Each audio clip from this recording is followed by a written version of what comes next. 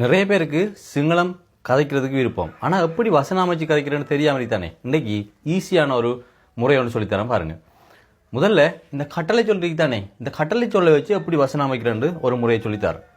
இந்த கட்டளை சொல் இன்னண்டு வார ஒரு கட்டளை சொல்லுக்கு ரெண்டு பொருள் இருக்குது. அதை முதல்ல புரிஞ்சு கொண்டுகிட்டா ஈஸியாக வசனம் அமைக்கலாம். ரெண்டு பொருள். உதாரணத்துக்கு என்ன என்ற சொல்லை வச்சு நான் விளங்கப்படுத்துகிறேன். என்னன்னு சொன்னால் வாங்க என்ற அர்த்தம் வரும், வர என்ற அர்த்தம் வரும். வாங்க வர ரெண்டு அர்த்தம். கட்டளையாக நாங்கள் சொல்லும்போது வாங்கன்னு வரும். என்ன வாங்க, என்ன வாங்க. ஒரு வசனத்துக்குள்ள வர வேணும், வர வேணாம், வர வேணுமா, வர தெரியுமா, இப்படிலாம் அங்கே தானே. இந்த மாதிரி வரக்குள்ள வர என்ற அர்த்தம் வரும். ஆனால் கட்டளை சொல் தான் அந்த வசனத்துக்குள்ளே வரும். இதை புரிஞ்சு கொண்டாலே ஈஸியாக உங்களால் வசனம் அமைக்கலாம். இப்போ பாருங்க, என்ன வாங்க, என்ன வாங்க. இப்போ நீங்கள் வாங்க, நீங்கள் வாங்க என்று சொல்கிறதுக்கு இதுக்கு முன்னால் தமிழை மாதிரியே நீங்கன்றதுக்கு ஒரு சொல் போட்டோம்னா அது வசனம் அமையும். பாருங்க, ஒயா என்ன நீங்கள் வாங்க, ஒயா என்ன நீங்கள் வாங்க, ஒயா என்ன நீங்கள் வாங்க. இப்போ என்ன த என்ற ஒரு எழுத்து போட்டோம்னு சொன்னால் இது ஆ என்ற அர்த்தம் தமிழில். ஆ வரவா, வரையா என்று கேட்போம். அந்த மாதிரி வரும். இப்போ இதை மறந்துடுங்க. என்னத, என்னத வரையா, என்னத வரையா அல்லது வரவா, என்னத வரவா. இது ஆருக்கு கேட்போம்?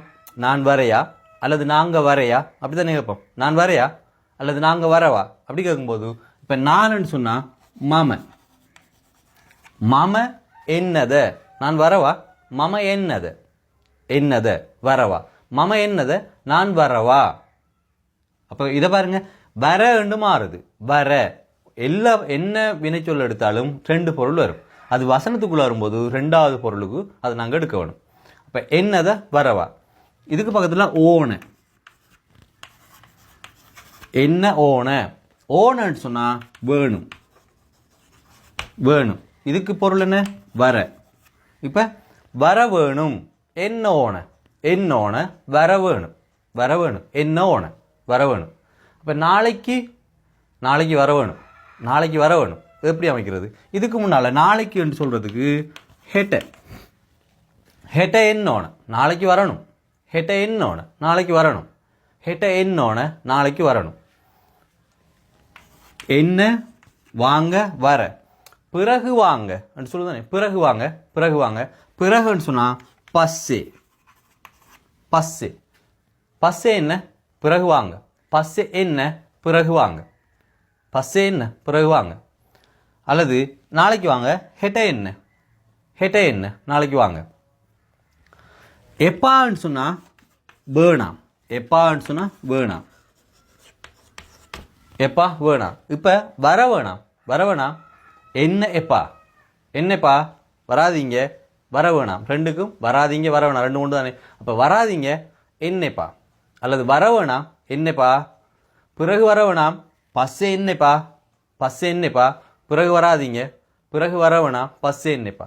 இப்போ வராதிங்க, இப்போன்னு சொல்கிறதுக்கு தெங், தெங், தெங் என்னப்பா, இப்போ வராதிங்க, தெங் என்னப்பா, இப்போ வராதிங்க, தெங் என்னப்பா, இப்போ வராதிங்க. இந்த மாதிரி இப்படி படிக்கிறதுல பாருங்க, உங்களுக்கு என்ன கஷ்டம் இருக்குது? சிங்கள எழுத்துக்கள் தெரியணுமா? இப்படி ஈஸியாக உங்களுக்கு கதைக்கிறதுக்கு சிங்கள எழுத்துக்கள் எடுத்த அவசியமா? தேவையில்லை. எங்களுக்கு தெரிஞ்ச மொழியில் வச்சு நாங்கள் இதை கதைக்கலாம். ஆரம்பத்தில் சிங்களம் கதைக்க பழகணுமென்ற ஆர்வத்தில் நீங்கள் ஆரம்பத்தில் எழுத பழகி, வாசிக்க பழகி, சொற்களை எழுத்து கூட்டி இப்படியெல்லாம் போனீங்கன்னா அது எழுத்து ரீதியாக இலக்கண ரீதியாக போகும். அப்படி படிச்சிங்கன்னா உங்களால் கதைக்க இயலாது. உங்களுக்கு கதைக்கிற டார்கெட்னு சொன்னால் இந்த மாதிரி வசனம் வச்சு கதைச்சு பழகினீங்கடா ஈஸியாக உங்களால் கதைக்கக்கூடிய மாதிரி இருக்கும். இப்போ இன்னொரு உதாரணம் சொல்கிற பாருங்க. புழுவாங்கன்னு சொன்னால் முடியும், புழுவாங் முடியும் ஏலும், புழுவாங் முடியும் ஏலும். இப்போ என்ன புழுவாங் வர ஏலும், வர முடியும், என்ன புழுவாங் வர முடியும், வர ஏலும். இப்போ நாளைக்கு வர ஏலும் எப்படி சொல்லுவோம்? நாளைக்கு ஹெட்ட, ஹெட்ட என்ன புழுவாங் நாளைக்கு வர ஏலும், நாளைக்கு வர முடியும். ஹெட்ட என்ன புழுவாங் நாளைக்கு வர முடியும். நாளைக்கு வர வேணாம் எப்படி சொல்லுவோம்? நாளைக்கு வர வேணாம் ஹெட்ட, நாளைக்கு வர என்ன எப்பா வேணாம், ஹெட்ட என்னப்பா நாளைக்கு வராதிங்க, இன்றைக்கு வாங்க, இன்றைக்கு வாங்க என்று சொல்லும்போது, இன்றைக்கு என்று சொல்லும்போது அத, அத அதை அதை என்ன இன்றைக்கு வாங்க, அதை என்ன இன்றைக்கு வாங்க. இப்போ புழுவாங்கன்னு சொன்னால் முடியும் தானே, புழுவாங்கன்னு சொன்னால் முடியும். இதுக்கு பக்கத்தில் தேவை போட்டால் புழுவாங்க முடியுமா, புழுவாங்க முடியுமா. இப்போ இன்றைக்கு வரையலுமா, இன்றைக்கு வர முடியுமா என்று கேட்கும்போது அதை என்ன புழுவாங்க, அதை என்ன புழுவாங்க. இன்றைக்கு வரையலுமா, அதை என்ன புழுவாங்க, இன்றைக்கு வரையலுமா, அதை என்ன புழுவாங்க. நாளைக்கு வரையலுமா, ஹெட்ட என்ன புழுவாந்த, ஹெட்ட என்ன புழுவாந்த, நாளைக்கு வரையலுமா. இந்த மாதிரி லேசு ஈஸியாக வசனங்கள் அமைச்சு கதைக்க பழகினீங்கன்னு சொன்னால் கொஞ்ச நாளைக்குள்ளே உங்களோட டார்கெட் அடைஞ்சு கதைக்கலாம். இந்த மாதிரி ஈஸியாக கதைக்கிறதுக்கு இலகுவான முறைகளை சொல்லித்தந்து ஈஸியாக உங்களை கதைக்க வைக்கிறேன். இந்த மாதம் 20ஆம் தேதி புது பேச்சாக்களுக்கு நாம் ஸ்போக்கன் சிங்களர் கிளாஸ் தொடங்குறோம். பேசுகிறது இந்த மாதிரி தான் எழுதி அழகாக விளங்கப்படுத்தி உங்களோட டவுட் எல்லாம் கிளியர் பண்ணி அழகாக சொல்லி தருவேன். கிளாஸுக்கு வரலாட்டியும் வீடியோ ரெக்கார்டிங்ஸ் எல்லாம் தருவேன். அதையும் பார்த்து நீங்கள் கவர் பண்ணக்கூடிய மாதிரி இருக்கும். முதலாவது கிளாஸ் ஃப்ரீ கிளாஸ் போட்டிருக்கேன். அந்த ஃப்ரீ கிளாஸை பார்த்துட்டு நம்மளோட கிளாஸில் நம்பிக்கை இல்லாட்டி நீங்கள் வந்து பார்த்துட்டு அதுக்கு அடுத்த கிளாஸில் இருந்து காசு கட்டி சேரலாம். 3 மாதம் கிளாஸ் நடக்கும். 3 மாதத்துக்கு சேர்த்து மொத்த பணம் வந்து நீங்கள் ஒரே பேமெண்ட்டில் 4000 கட்டலாம். கட்டமாகவும் நீங்கள் கட்டலாம். ஒரே பேமெண்ட்டில் 4000 கட்டலாம். இந்த வாட்ஸ்அப் நம்பருக்கு ஸ்போக்கன் சிங்கிள் அப்படின்ற ஒரு மெசேஜ் போடுங்க.